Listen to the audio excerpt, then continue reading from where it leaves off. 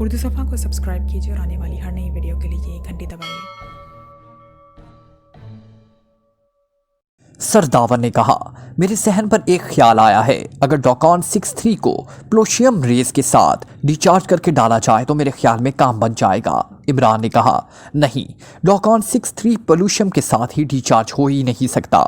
दोनों की रेंज में 23 डिग्री का फ़र्क है। सरदावर ने कहा, और अगर डॉकॉन 63 क्लू गेम एंड बैंडेड को मिक्स कर दिया जाए तब तो ये फ़र्क दूर हो सकता है। इमरान ने कहा, अरे हाँ, ऐसा हो सकता है। ठीक है, मैं चेक करता हूँ, लेकिन इसके लिए तो काफ़ी वक्त चाहिए, काफ़ी लंबा प्रोसेस है। सरदावर ने जवाब दिया, मुझे मालूम है इसमें कम से कम 4 घंटे लगेंगे, लेकिन आप काम शुरू तो करें, मैं 4 घंटों बाद फ़ोन करूँगा। इमरान ने कहा और रस्सी रख दिया। लीजिए सर नेमत अली, आपके रोशन जंगल की पूरी इसरार बीमारी का इसरार दूर हो गया। माबरान रेस को टूराइड के साथ डिस्चार्ज करके फ़ज़ा में फैलाया गया है, जिसकी वजह से दरख्तों के अंदरूनी हिस्से नरम पड़ गए हैं और दरख्त टेढ़े मेढ़े हो गए हैं। इमरान ने मुस्कुराते हुए कहा, मेरी तो समझ में कोई बात नहीं आई, ये माबरान रेस टूराइड। सर नेमत अली वाकई ही शदीद हैरत ज़दा थे। सर नेमत अली, मैंने बहुत पहले ही बताया था कि दुनिया बहुत तरक्की कर चुकी है। आप ख्वाब में भी ना सोच सकते थे कि ऐसा भी हो सकता है, और शायद मुझे भी ये बात ना सोचती अगर जोसेफ चाशा देवता की बात ना करता। ये जंगलों का कीड़ा है, इसकी आधी से ज़्यादा उम्र अफ्रीका के खौफनाक जंगलों में वहशियों की तरह रहते हुए गुजरी है, इसलिए इसके अंदर मखसूस हैसियत पैदा हो गई हैं। इसने फ़िज़ा में फैली हुई माबरान रेस की मखसूस बू तो सूंघ ली, लेकिन इसका इजहार ना कर सकता था, इसलिए उनके जहन में देवता की बद्दुआ का चक्कर आया। और सुर्ख तीतर के अंडे में वाकई ही ये खासियत मौजूद है कि वो हर किस्म की रेस को फ़ौरन जज़ब करके उनके खिलाफ रिएक्शन का इजहार कर देता है, और रिएक्शन का इजहार यूँ होता है कि अंडा टूट जाता है। चनाचा मुझे इसकी बात सुनकर यह ख्याल आया कि कहीं जंगल पर कोई जहरीली दवा या कोई रेस वगैरह तो नहीं फैलाई गई, और सुर्ख तीतर के अंडे ने टूटकर इसका सबूत मुहैया कर दिया। रेस की कीमत चूंकि फ़िज़ा में ना होने के बराबर थी, क्योंकि ये पहला सेक्टर था जो तबाह हुआ था, इसलिए कि इसको काफ़ी वक्त गुजर गया था, इसलिए फ़िज़ा में तो अंडा ना टूटा, लेकिन जब उसे दरख्त पर रखा गया तो लकड़ी के अंदर मौजूद रेस की मामूली सी मिकदार ने जल्द ही अंडे को तोड़ दिया। मेरे जहन में डॉन फ्लॉचर के सेक्टर के दरमियानी हिस्से को निशानजुदा करने की खदिश मौजूद थी, इसलिए मैंने वहाँ तजर्बा किया, और अंडे की फौरी टूट जाने का मतलब ये था कि यहाँ इन रेस का कोई काफ़ी ज़ख़ीरा अब भी मौजूद था, और जाहिर है ये ज़ख़ीरा किसी मादी चीज़ पर बंद हो सकता था, वरना अगर ये ज़मीन में मौजूद होती तो हर जगह अंडा रखने से टूट जाता। लेकिन आपने देखा कि कई जगह रखने के बावजूद अंडा ना टूटा, लेकिन जिस जगह पर कैप्सूल मौजूद था वहाँ के रखने पर अंडा फ़ौरन टूट गया। इस तरह ये कैप्सूल हम तलाश करने में कामयाब हो गए। गोटूराइड एक साइंसी धात है, और इसमें से ऐसी बू निकलती है जैसे कड़वे, बावा और सौंफ को पीसकर मिक्स कर देने के बाद इनसे निकलती है।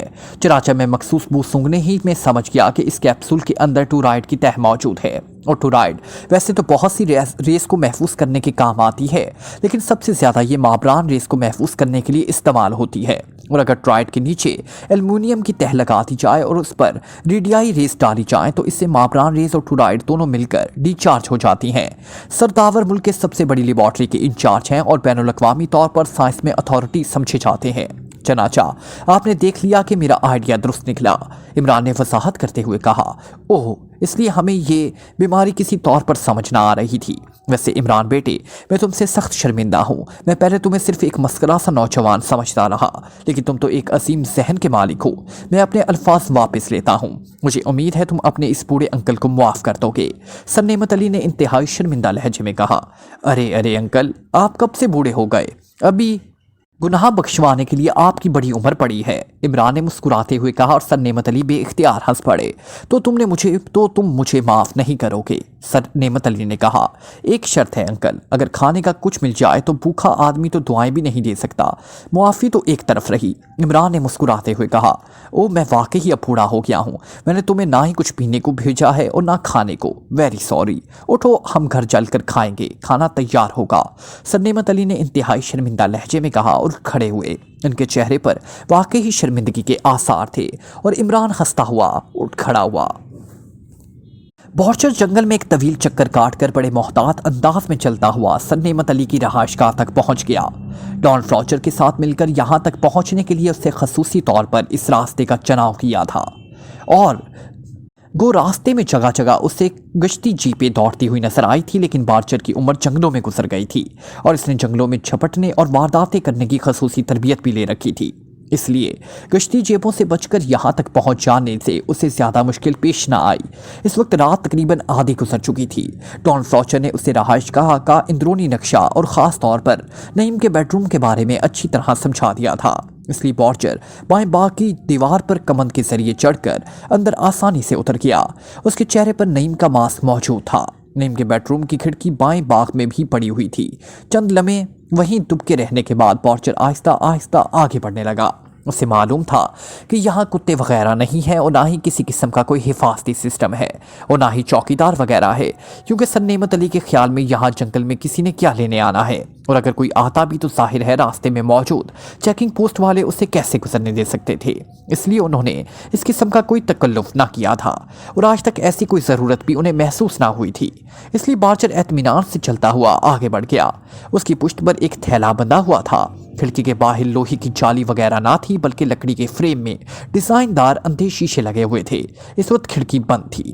بارچر نے قریب پہنچ کر جلدی سے پشت سے تھیلا کھولا اور اسے نیچے رکھ کر اس میں سے ایک گلاس کٹر نکالا۔ یہ قلم کی طرح کا تھا جس کی نوک پر ہیرے کی کنی لگی ہوئی تھی، اور ساتھ ہی اس نے ایک ٹیپ بھی نکالی اور پھر اس اندازے کے مطابق جس جگہ چٹکنی ہو سکتی ہے اس کے قریب اس نے ٹیپ کو مخصوص انداز میں لگایا اور پھر گلاس کٹرے سے چوکر کاٹنے لگا۔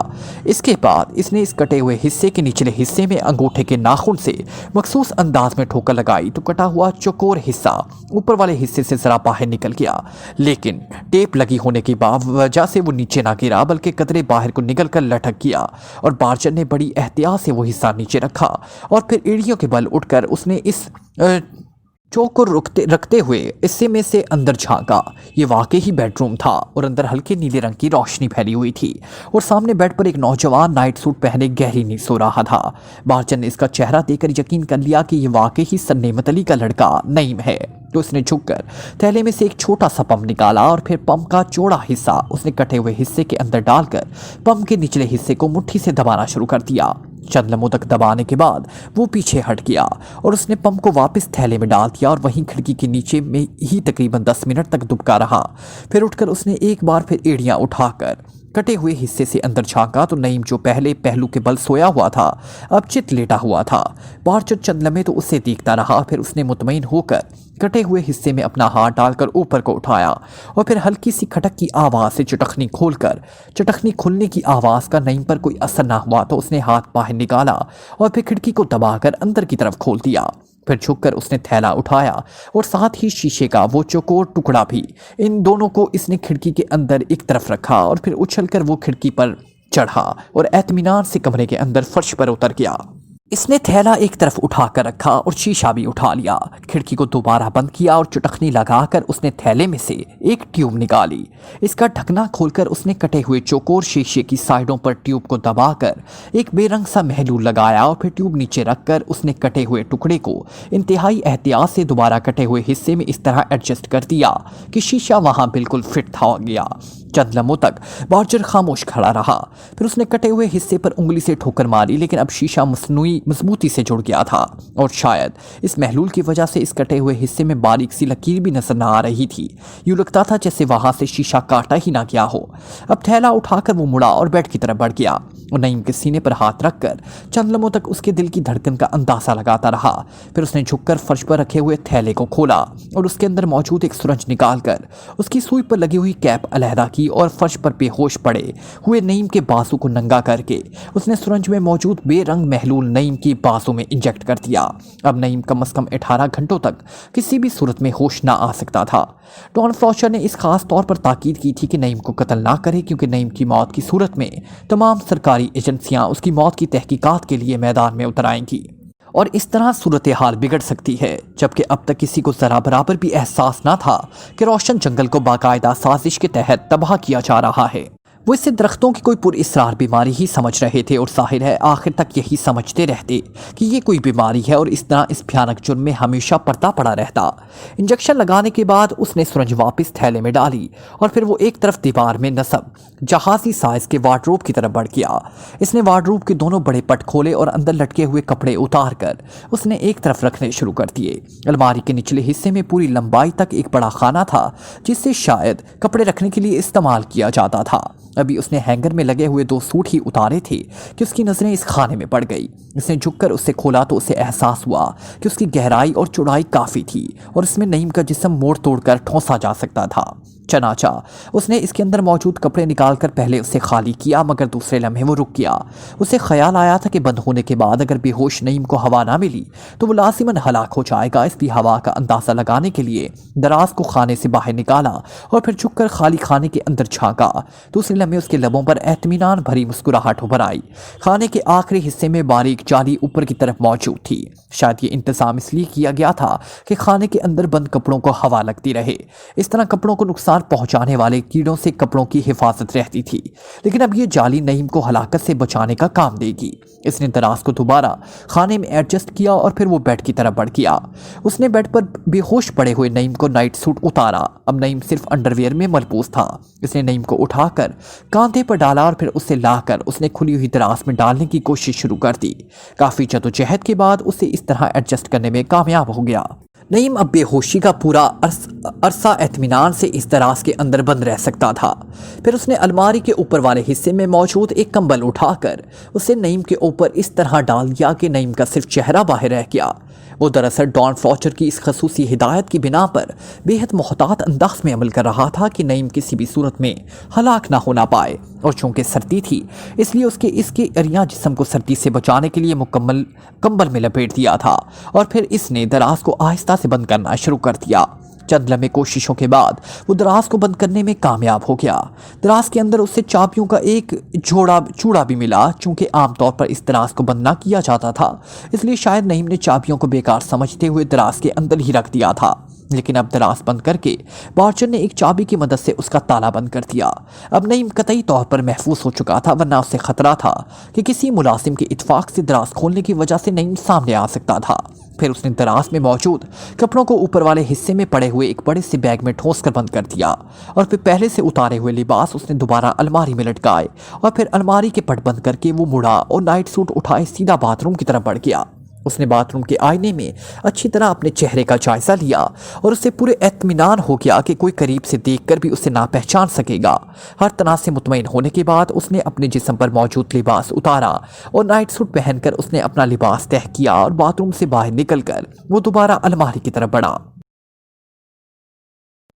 اس نے اپنا لباس بھی بڑے بیگ کے اندر ڈالا اور ساتھ ہی اپنے ساتھ لایا ہوا تھیلا بھی اس نے اس کے اندر ٹھونس کر اس کی زپ بند کر دی۔ پھر جا کر اطمینان سے بیڈ پر لیٹ گیا۔ اب وہ ہر لحاظ سے سنی متلی کے لڑکے نعیم کا روپ دھار چکا تھا۔ اب صبح اس نے جو مشن پورا کرنا تھا اس کے متعلق ذہن میں وہ سوچ بچار کرتا رہا، اور پھر نہ جانے کس وقت اسے خود بخود نیند آ گئی۔ لیکن پھر الارم کی تیز آواز سن کر وہ ہڑبڑا کر اٹھ بیٹھا۔ چند لمحے تو وہ اس طرح حیرت بھرے انداز میں ادھر ادھر دیکھتا رہا جیسے وہ کسی اجنبی جگہ پر پہنچ گیا ہو، لیکن پھر اس کے شعور نے ساری بات اسے سمجھا دی، اور اس نے مسکراتے ہوئے ہاتھ بڑھا کر سائڈ ٹیبل پر پڑے ہوئے ٹائم پیس کا الارم بٹن بند کیا اور ایک جھٹکے سے بیڈ سے نیچے اتر آیا۔ اب وہ سوچ رہا تھا کہ اگر نعیم نے الارم نہ لگایا ہوتا تو شاید اس کی نیند 10 بجے سے پہلے ختم نہ ہوتی، کیونکہ اپنی ذاتی زندگی میں وہ 10 بجے سے پہلے اٹھنے کا عادی نہ تھا۔ بہرحال الارم کی وجہ سے وہ صحیح وقت پر اٹھ گیا۔ اس نے جلدی سے جا کر الماری کھولی اور اس کے اندر رکھے ہوئے فلیٹ اٹھائے جن کے اندر جرابیں موجود تھی۔ اس نے اطمینان سے جرابیں پہنی اور پھر فلیٹ پہن کر اس کے تسمے باندھے اور نائٹ سوٹ اتار کر اس نے ہینگر میں لٹکایا اور ٹریک سوٹ پہننا شروع کر دیا۔ ڈان فلیچر نے اسے چونکہ پوری تفصیل سے نعیم کی عادات اور اس کی مختلف اوقات میں پہننے والے لباسوں کی پوری تفصیل دی تھی، اس لیے وہ بڑے اطمینان سے سب کچھ کر رہا تھا۔ ڈان فلیچر نے ان کے پہلے ہی ذہنی طور پر پورے مشن کی منصوبہ بندی کر رکھی تھی، اس لیے اس نے یہاں 1 ہفتہ تک رہتے ہوئے نعیم کے متعلق پوری چھان بین کی تھی۔ ٹریک سوٹ پہننے کے بعد پارچر نے الماری میں موجود بڑے سے بیگ کی زپ کھولی اور اس میں موجود اپنے تھیلے کو باہر نکالا، اور پھر تھیلے میں موجود ایس چارجر کو جو مخصوص پلاسٹک کے اندر بند تھا باہر نکال لیا، اور ایس چارجر کے ساتھ اس کا ڈی چارج بھی موجود تھا۔ اس نے بڑے اطمینان سے ان دونوں کو 10 منٹ کے لیے 10 منٹ پر ایڈجسٹ کر دیا، اور پھر ان دونوں کو ٹریک سوٹ کی زپ کھول کر اندر رکھ کر زپ بند کی، اور پھر ہاتھوں سے انہیں اس طرح بند کر دیا کہ جاگنگ کرتے ہوئے وہ کسی کو نظر نہ آئے۔ اس کے بعد الماری کھولی اور کمرے کے دروازے کی طرف بڑھ گیا۔ چند لمحوں بعد اس نے دروازہ کھولا اور باہر راہداری میں آ گیا۔ رہائشی کالونی کا پورا نقشہ اس کے ذہن میں موجود تھا، اس لیے وہ بڑے اطمینان سے चंद लम्हों में ही कोठी के मेन गेट से बाहर आ गया। अभी सूरज तुलू ना हुआ था और हर तरफ हल्कमी सा अंधेरा फैला हुआ था, लेकिन इस कदर सुहानी थी रात के बारचन ने, जो शायद कम ही इस वक्त कभी बाहर निकला हो। ये फजा बेहद खूबसूरत लगी। ये वाकई उसके लिए एक नया तजर्बा था। इसने मेन गेट से बाहर निकलते ही जॉगिंग के अंदाज में आहिस्ता आहिस्ता दौड़ना शुरू कर दिया और फिर थोड़ी देर बाद वो गोल्डन रिज पोर्शन के बिल्कुल करीब पहुंच गया। गोल्डन रिज के गेट पर 2 मुसल्ला आदमी मौजूद थे। बॉर्चर ने उनके करीब से गुजरते हुए आशनाई के से अंदाज में सर हिलाया और फिर आगे बढ़ गया। काफ़ी दूर आने के बाद दीवार ने मोड़ काटा तो वो भी इस साथ ही घूम गया और इस तरह अब वो सिपाहियों की नज़रों से ओझल हो चुका था। वो रुक गया और उसने घूमकर चारों तरफ जायजा लिया, लेकिन वहाँ कोई मौजूद होता तो उसे दिखाई देता। हर तरफ से तसल्ली कर लेने के बाद बॉर्चर ने ट्रैक सूट शर्ट की जिप खोली और अंदर से एस चार्जर निकालकर जिप दोबारा बंद कर दी। एस चार्जर एक पुतले लेकिन मुस्ततील से डब्बे में बंद था, जिस पर ज़मीन की रिंग जैसा पेंट किया गया था। उसके एक साइड पर चंद बटन लगे हुए थे। इसने एक बटन प्रेस किया और एक बार फिर इधर उधर देखा। दूसरे लम्हे उसका बाजू बिजली की सी तेजी से घूमा और उसके हाथ में पकड़ा हुआ चार्जर फिजा में उड़ता हुआ दीवार की बुलंदी से काफ़ी ऊंचाई पर जाकर अंदर गुम हो गया। उसके बता रही थी कि वो दीवार से काफ़ी दूर जाकर गिरा है। वो चंद लम्हे खामोश खड़ा रहा और फिर उसने जिप दोबारा खोली और अंदर मौजूद डिस्चार्ज बाहर निकाल लिया। इस पर मौजूद घड़ी खुद ब खुद चल पड़ी थी। जब उसने एस चार्जर के बटन प्रेस किए थे, चूंकि वो पहले ही डॉन फ्लॉचर की हदायत के मुताबिक 10 मिनट का वक्त एडजस्ट कर चुका था, इसलिए अब उसे 10 मिनट तक इंतज़ार करना था और अभी तो सिर्फ आधा मिनट गुजरा था। उसने वहीं रुककर इंतज़ार करना शुरू किया क्योंकि उसके नुक्ताए नज़र से यहाँ हर एक की नज़रों से महफूज था।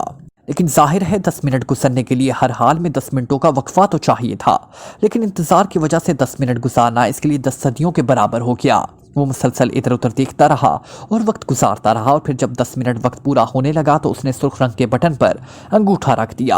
अब उसकी नज़रें घड़ी पर तेज़ी से बदलने वाले सेकंडों के हिंदुस्सों पर जमी हुई थी। फिर जैसे ही 10 मिनट पूरे हुए उसने डिस्चार्ज का बटन प्रेस कर दिया। डिस्चार्ज से हल्की सी सूं की आवाज़ निकली और फिर खामोशी तारी हो गई। वक्त बताने वाली घड़ी भी ऑफ हो गई थी। इसने जल्दी से डिस्चार्ज वापस अंदर रखा और जिप लगाकर वो एक बार फिर जॉगिंग करता हुआ आगे बढ़ता गया। काफ़ी लंबा राउंड लगाकर वो वापस मुड़ा और फिर इस तरह जॉगिंग करता हुआ वो दोबारा गोल्डन रेज के गेट के सामने से गुजरा। सिपाही वहाँ मौजूद थे। एक बार फिर बॉर्चर ने आशनाई के अंदाज में सर हिलाया और आगे बढ़ता चला गया। थोड़ी देर बाद वो वापस नईम के कमरे में पहुंच चुका था और सिवाय सिपाहियों के अब तक उसका टकराव और किसी फर्ज से ना हुआ था, इसलिए अब पूरी तरह मुतमईन हो चुका था। चूंकि इसका मिशन मुकम्मल हो चुका था, इसलिए उसके नज़दीक यहाँ रहना फजूल था। इसने जल्दी से दराज की चाबी जो बेड के साइज के खाने में रखी हुई थी बाहर निकाली और दराज खोलकर उसने कंबल हटाया और उसे एक तरफ डाल दिया। उसने बेहोश नईम को खींचकर दराज से बाहर निकाला और लाकर दोबारा बेड पर लिटा दिया। इसके बाद उसने अलमारी से एक नाइट सूट उतारा और उसे पहना दिया। अब नईम दोबारा बिस्तर पर लेटा हुआ नजर आ रहा था। उसने इंतहाई आराम से फ्लैट उतारे, फिर जुराबें भी उतारी और फ्लैट के अंदर जुराबें डालकर उसने वापस अलमारी में रख दिए। अपना लिबास बैग से निकालकर उसने दोबारा पहना और अपने फुल बूट भी पहने। ट्रैक सूट दोबारा अलमारी में लटकाया और दराज को बंद कर दिया और फिर थैला उठाकर वो दरवाजे की तरफ बढ़ गया। अभी चूंकि अंधेरा था, इसने वो मुंह अंधेरे ही में से यहाँ निकल जाना चाहता था, लेकिन दरवाजे तक पहुँचते पहुँचते वो ठटक कर रुक गया। ओह वेरी बैड, मुझे तो इसका ख्याल ही ना रहा था कि 18 घंटे तक वो होश में ना आ सकेगा। इस तरह तो राज फौरन खुल जाएगा, बॉर्चर ने बड़बड़ाते हुए कहा और उसके साथ ही वो बेड की तरफ तेजी से वापस मुड़ा।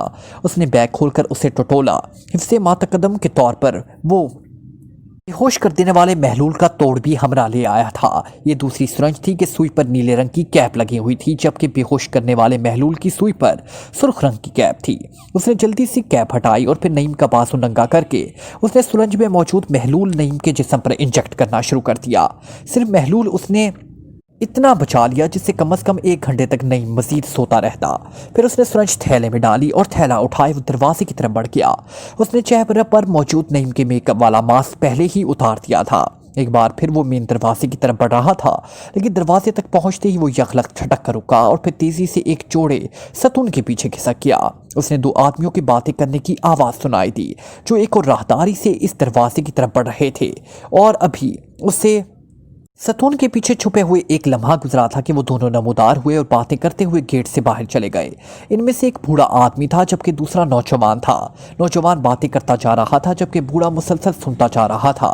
ان کو دروازے سے نکلے ہوئے کچھ دیر گزر گئی تو وہ ستون کے اوٹ سے نکلا اور دروازے کی طرف بڑھا۔ دروازے میں رک کر اس نے پہلے گردن باہر نکال کر دیکھا تو اسے دو آدمی بائیں طرف جاتے ہوئے دکھائی دیے۔ وہ تیزی سے دائیں طرف کو مڑا اور تیز تیز قدم اٹھاتا آگے بڑھتا چلا گیا۔ تھوڑی دیر بعد وہ اس رہائشی عمارت کی سائٹ سے نکل کر ایک اور عمارت کی سائٹ پر پہنچ گیا۔ اب اس کے قدم خاصے تیز ہو گئے تھے اور پھر چند ہی لمحوں بعد وہ درختوں کے ذخیرے میں داخل ہو گیا۔ اب اس نے بڑے محتاط انداز میں دوڑنا شروع کر دیا کیونکہ وہ جلد از جلد یہاں سے نکل جانا چاہتا تھا۔ اسے معلوم تھا کہ یہ وہ وقت ہے جب کشتی جیپیں بھی اپنی ڈیوٹی ختم کر چکی ہوں گی، اس لیے اس وقت سے فائدہ اٹھانا چاہتا تھا۔ درختوں کے اندر دوڑتے دوڑتے وہ عمارتی علاقے سے کافی دور نکل آیا اور پھر تقریباً 1 گھنٹے بعد وہ جنگل کے ایک خاص حصے سے نکل کر اس ویران علاقے میں پہنچ گیا جہاں دور تک اونچے اونچے ٹیلے پھیلے ہوئے تھے۔ یہاں ایک بڑے ٹیلے کے پاس اس کی کار موجود تھی اور پھر تھوڑی دیر بعد کار سے اٹھائے ہچکولے کھاتی ہوئی اس سڑک کی طرف دوڑنے لگی جو دارالحکومت کو جانے والی شاہراہ پر جا ملتی تھی۔ اب اس سے مکمل اطمینان تھا کہ وہ اپنا مشن مکمل کر آیا ہے اور جب وہ ڈان فلاچر کو رپورٹ دے گا تو لازماً ڈان فلاچر کے دل میں اس کی قدر اور زیادہ بڑھ جائے گی، اور وہ یہی چاہتا تھا کیونکہ اسے معلوم تھا کہ ڈان فلاچر کی بیٹی راکیل اسے قطعاً پسند نہ کرتی تھی۔ ان دونوں کے درمیان ذہنی ہم آہنگی موجود نہ تھی اور اسے خطرہ تھا کہ کسی بھی وقت راکیل اس سے شادی کے خاتمے کے لیے عدالت سے رجوع کر سکتی ہے، اور اگر ایسا ہو جاتا تو باؤجر ایک بار پھر عام مجرموں کی طرح سڑکوں پر دھکے کھاتا پھرتا۔ راکیل کو اس کام سے صرف ڈان فلاچر ہی روک سکتا تھا، اس لیے وہ ڈان فلاچر کے دل میں اپنی اہمیت بڑھانے کی ہر ممکن کوشش کرتا رہتا، اور اب اس مشکل مشن کی کامیابی کے بعد تو اسے یقین تھا کہ ڈان فلاچر کے دل میں اس کی اہمیت ہمیشہ ہمیشہ کے لیے ثابت ہو جائے گی۔ وہ دراصل اس چکر میں تھا کہ ڈان فلاچر کو اس قدر خوش کر دے کہ وہ اپنی جائیداد کا کچھ نہ کچھ حصہ اس کے نام ٹرانسفر کر دے، پھر اسے کم از کم مالی طور پر تو تحفظ مل جائے گا۔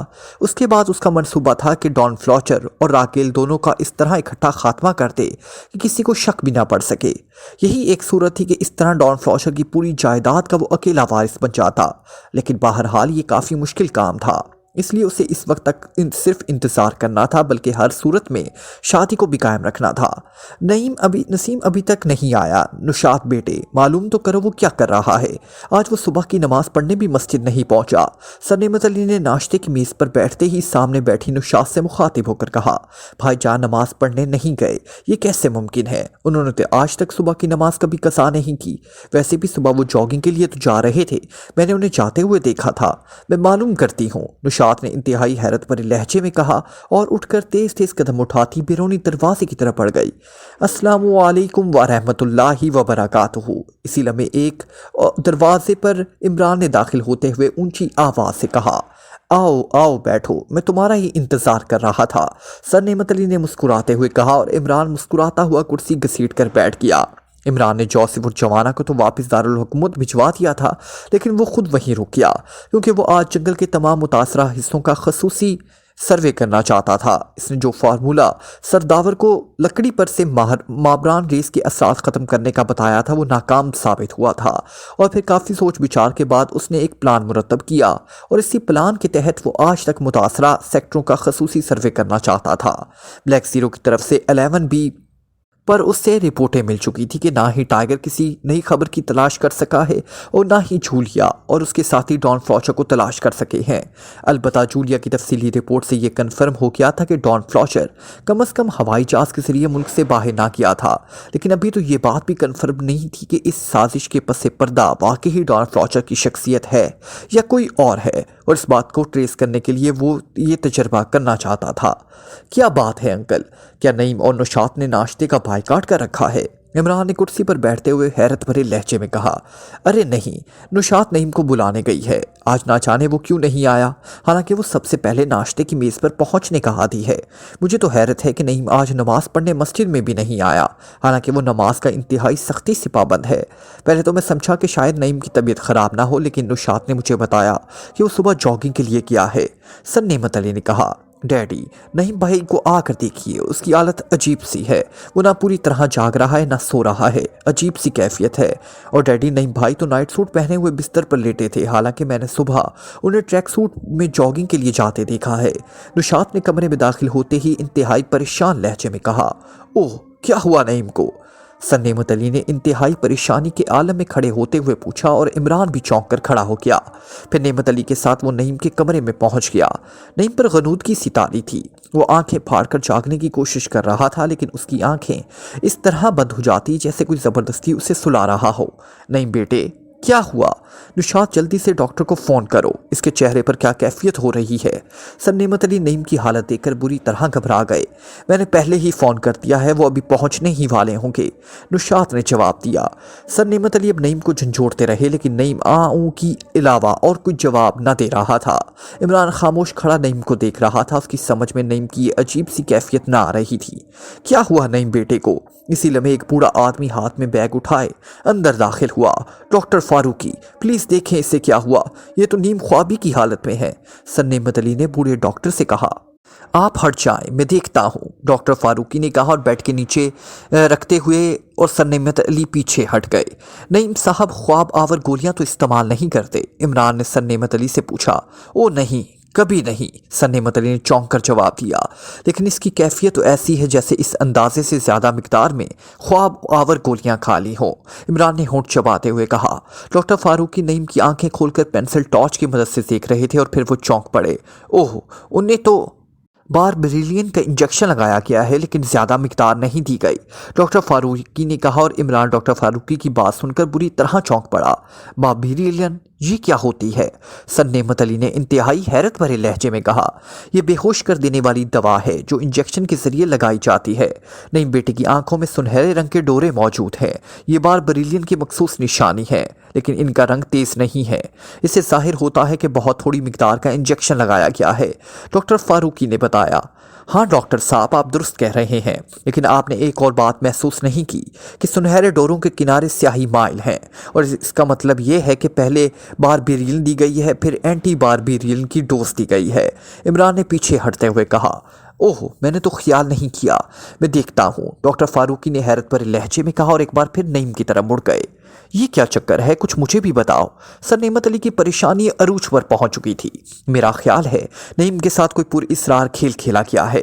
पहले बारबेरिलिन इंजेक्शन देकर उन्हें तवील अरसे के लिए बेहोश किया गया, फिर उन्हें एंटी बारबेरिलिन देकर ताकि ये जल्द होश में आ जाए, लेकिन अंदाज़ा ज़रा सा गलत हो गया है और मिस नुशात उसे जगाने के लिए पहुंच गई। इस तरह उनकी ये कैफियत हो गई। बहरहाल घबराएं नहीं, ज़्यादा से ज़्यादा आधे घंटे के अंदर पूरी तरह होश में आ जाएंगे, इमरान ने कहा। लेकिन इमरान भाई, मैंने नईम भाई को खुद जॉगिंग के लिए जाते देखा है, पास खड़ी नुशात ने कहा। ओह, अब ये मालूम करना होगा कि वो जाने वाला किस तरफ गया था। वो लाजमन नईम के मेकअप में कोई और होगा और शायद इसलिए उसे बेहोश किया गया था, इमरान ने कहा। वो बात करने के साथ इधर उधर भी देख रहा था और फिर उसकी नज़रें कपड़ों वाली अलमारी पर जम गई जिसके पट खुले हुए थे। वो तेजी से उसकी तरफ बढ़ गया और फिर उसने वहां पड़े हुए बड़े से बैग के साथ मौजूद एक छोटा डब्बा भी था। ये क्या है? सर नेमत अली ने चौंक कर पूछा। ओह, ये तो AS चार्जर का डिस्चार्ज बटन है और ये ऑफ हो चुका है। इसका मतलब है कि कहीं AS चार्जर फेंक कर डब्बा 10 मिनट बाद डिस्चार्ज किया गया है। ओह, तो ये सिलसिला है, इमरान ने इंतहाई हैरत भरे लहजे में कहा।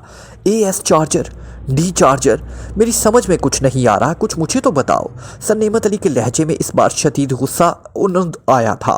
AS चार्जर को जब डिस्चार्ज किया जाए तो एक मखसूस रेंज में से हवा यखलख्त हल्की होकर उसकी अंदाज में ऊपर उठ जाती है और इर्द गिर्द की हवा इस जगह लेने के लिए पूरी रफ्तार से इस जगह पैदा होने वाले खला पर आ जाती है और इस तरह वहाँ आंधी से आ जाती है।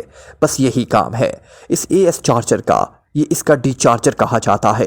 ये एक किस्म का रिमोट कंट्रोल है जिसे दूर से AS चार्जर को चलाया जा सकता है, इमरान ने तफसील बताते हुए कहा।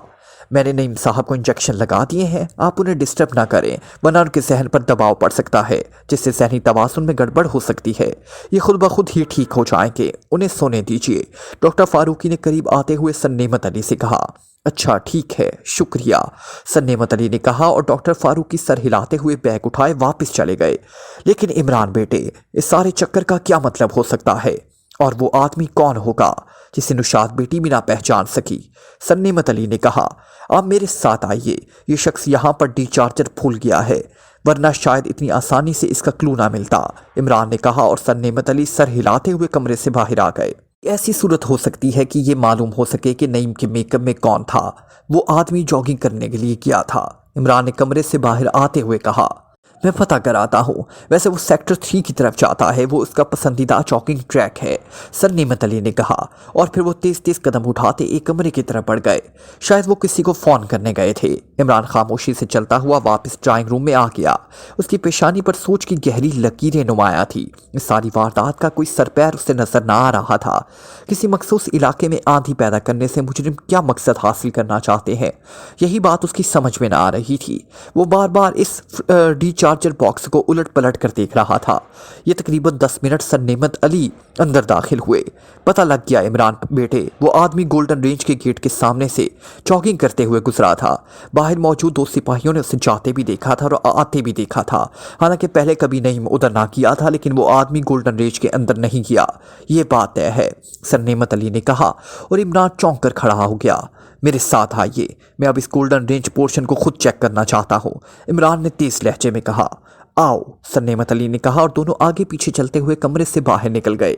थोड़ी देर बाद वो पैदल चलते हुए गोल्डन रेंज के मेन गेट पे पहुंच गए। क्या यहाँ आंधी आई है? इमरान ने अंदर मौजूद एक सिपाही से मुखातिब होकर पूछा। आंधी? नहीं जनाब, अलबत्ता सुबह चंद मिनटों के लिए अचानक तेज हवा जरूर चली थी, लेकिन सिर्फ चंद मिनटों के लिए। हम तो यही समझते रहे कि कोई बगोला सा आ गया है, सिपाही ने जवाब दिया। ओह, इमरान ने कहा और आगे बढ़ गया। वो गोल्डन रेंज के चौड़े तनों और ऊंचे दरख्तों को गौर से देख रहा था, लेकिन दरख्त बिल्कुल सीधे खड़े थे, वो टेढ़े मेढ़े ना हुए थे। दरख्त तो ठीक है, सन्नेमत अली ने इमरान से कहा जो दरख्तों को गौर से देख रहा था। किसी शाख को तोड़कर चेक कर लीजिए, इमरान ने कहा और सन्नेमत अली ने सर हिलाते हुए एक आदमी को हिदायत देनी शुरू कर दी। इमरान का सहन वाकई ही किसी फिरकी की तरह घूम रहा था। वो अब तक इस सारी वारदात का मकसद न समझ सका था। बहरहाल ये बात तो तय थी कि गोल्डन रेंज पोर्शन के साथ कोई हरकत की गई थी, लेकिन क्या हरकत की गई थी ये बात उसकी समझ में ना आ रही थी। तकरीबन 10 मिनट बाद सन्नेमत अली तेज तेज कदम उठाते उसके पास पहुंचे। उनके हाथ में गोल्डन रेंज का एक टुकड़ा था और चेहरे पर मुसरत के आसार नुमाया थे। ये बिल्कुल ठीक है इमरान बेटे, बिल्कुल सेहतमंद, सन्नेमत अली ने हाथ में पकड़ा गोल्डन रेंज का टुकड़ा इमरान की तरफ बढ़ाते हुए कहा और इमरान के चेहरे पर भी इत्मीनान के आसार नमूदार हो गए। उसने भी इस कटे हुए पौधे को अच्छी तरह चेक किया, लेकिन वो वाकई ही बिल्कुल तंदुरुस्त था। तो फिर आखिर चक्कर क्या खेला गया है? बहरहाल कुछ ना कुछ हुआ जरूर है, क्योंकि मुजरिमों ने इसके लिए बहुत बड़ा रिस्क उठाया है। ये बात तो तय है कि बाहर से यहाँ AS चार्जर फेंका गया है और फिर 10 मिनट बाद उसे डिचार्ज किया गया है। उसे तेज हवा बगोलों की सूरत में दाखिल हुई थी, लेकिन इससे मुजरिमों को क्या फ़ायदा हुआ? बस यही बात सोचने की है, इमरान ने कहा और वापस मुड़ गया। दूसरे लम्हे वो चौंक कर रुक गया। ओह, यहाँ सुर्ख तीतर के अंडे तो मौजूद होंगे, आप यहीं से ले गए थे ना? इमरान ने चौंक कर पूछा। ओह हाँ, यहाँ सुर्ख तीतर काफ़ी तादाद में है और अंडे भी, सन्नेमत अली ने कहा। उनके 10-12 अंडे मंगवाइए, शायद कुछ पता चल जाए, इमरान ने कहा और सन्नेमत अली सर हिलाते हुए गोल्डन रेंज के गेट के साथ बनी हुई इमारत की तरफ बढ़ गए। इमरान भी आहिस्ता आहिस्ता चलता हुआ इसी तरफ को बढ़ने लगा। इसका सहन सोच सोच कर पागल हो रहा था, लेकिन कोई बात उसकी समझ में ना आ रही थी। Comment, share, press the bell icon.